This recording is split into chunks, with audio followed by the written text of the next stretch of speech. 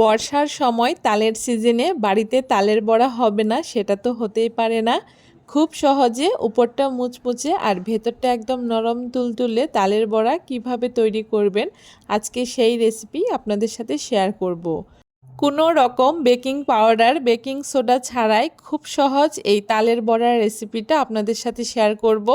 নমস্কার বন্ধুরা, মন কিচেনে আপনাদের সবাইকে স্বাগত। আশা করি আপনারা সবাই খুব ভালো আছেন। তালের বড়া তৈরি করার জন্য একটা বাটির মধ্যে আমি ছোট একটা বাটি মেপে এক বাটি সুজি দিয়ে দিচ্ছি আর তার মধ্যে হাফ বাটি মতো লিকুইড দুধ দিয়ে দিয়েছি। এখন দুধের সাথে খুব ভালো করে সুজিটাকে মিশিয়ে এভাবে করে রেখে দেব। এতে সুজিটা কিন্তু খুব সুন্দর নরম হয়ে যাবে। সুজিটাকে এভাবে করে দুধের সাথে মিশিয়ে 5 মিনিট রেখে দেওয়ার পরে এখানে আমি 2 বাটি ময়দা দিয়ে দিয়েছি। সমস্ত উপকরণ কিন্তু আমি একটা বাটি মাপ করে ব্যবহার করছি। আর এইখানে তালের বড়াটা মুচমুচে হওয়ার জন্য হাফ বাটি আমি চালের গুঁড়ো ব্যবহার করেছি। এখানে অবশ্যই আতপ চালের গুঁড়োটাই ব্যবহার করতে হবে। তারপর এখানে আমি সামান্য একটু নুন ব্যবহার করেছি। যে কোনো মিষ্টি জিনিসে সামান্য একটু নুন ব্যবহার করলে খেতে ভালো লাগে। আর স্বাদ বাড়ানোর জন্য এখানে আমি 1 প্যাকেট গুঁড়ো দুধ ব্যবহার করেছি আর পরিমাণ মতো এখানে চিনি দিয়ে দিয়েছি আর তার সাথে 1 বাটি নারকেল কোড়া দিয়ে দিয়েছি। নারকেলটা কিন্তু অবশ্যই ব্যবহার করবেন, কারণ তালের বড়ার মধ্যে নারকেল দিলে ভীষণ ভালো হয় খেতে। আর তার সাথে এখানে আমি ওই একই বাটির 3 বাটি তালের পাল্প দিয়ে দিচ্ছি। এখানে আমার তালের পাল্পটা একটু পাতলা হয়ে গেছিলো। আপনাদের যদি ঘন তালের পাল্প হয় সেক্ষেত্রে 2 বাটি ব্যবহার করলেই হবে। এখন সমস্ত কিছু একসাথে খুব ভালো করে মাখিয়ে নিচ্ছি। এই ব্যাটারটা কিন্তু খুব বেশি নরম হবে না, একটু ঘন করেই কিন্তু এই ব্যাটারটাকে মাখিয়ে নিতে হবে। খুব বেশি নরম হয়ে গেলে কিন্তু বড়াগুলো দেওয়ার সময় একদম ছেড়ে যাবে, ভালো হবে না বড়াগুলো। এভাবে করে একটু সময় নিয়ে চটকে চটকে মাখিয়ে নিতে হবে যতক্ষণ না চিনিটা একদম গলে যাচ্ছে। আপনারা চাইলে একটুখানি মাখিয়ে রেখেও দিতে পারেন 10 মিনিট মতো, এতে কিন্তু চিনিটা খুব সুন্দর গলে যাবে। খুব ভালো করে একটু সময় নিয়ে এই ব্যাটারটাকে আমার তৈরি করে নেওয়া হয়ে গেছে। আপনারা কিন্তু চাইলে এখানে সামান্য একটু মৌরিও ব্যবহার করতে পারেন। মৌরি দিলেও কিন্তু তালের বড়াটা খেতে ভীষণ ভালো লাগে। দেখুন ব্যাটারটা আমার একদম তৈরি হয়ে গেছে।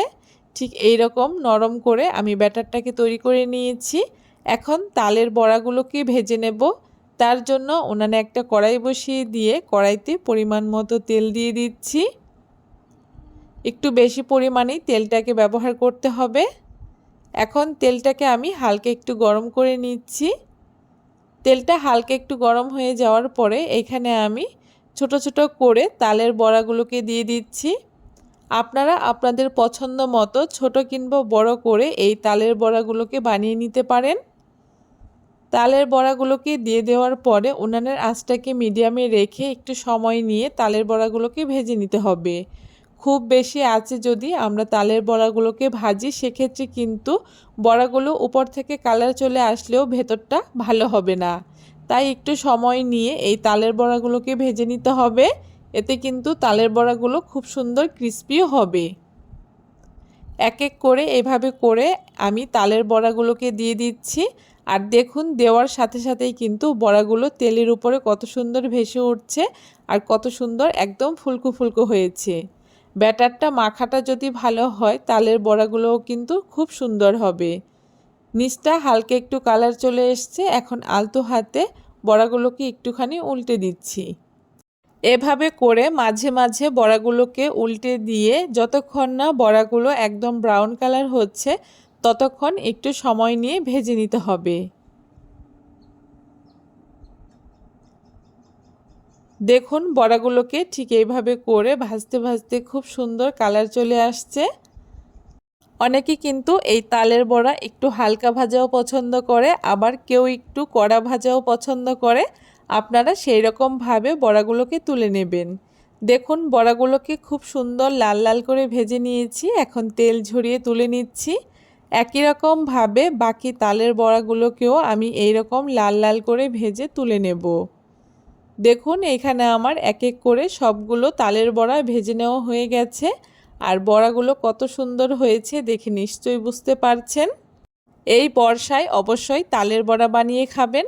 আর এই পদ্ধতিতে যদি তালের বড়াটা তৈরি করেন তাহলে কিন্তু তালের বড়াটা উপর থেকে ক্রিস্পি আর ভেতরটা একদম নরম তুলতুলে হবে। আপনারাও এই পদ্ধতিতে তালের বড়া একবার তৈরি করে দেখবেন।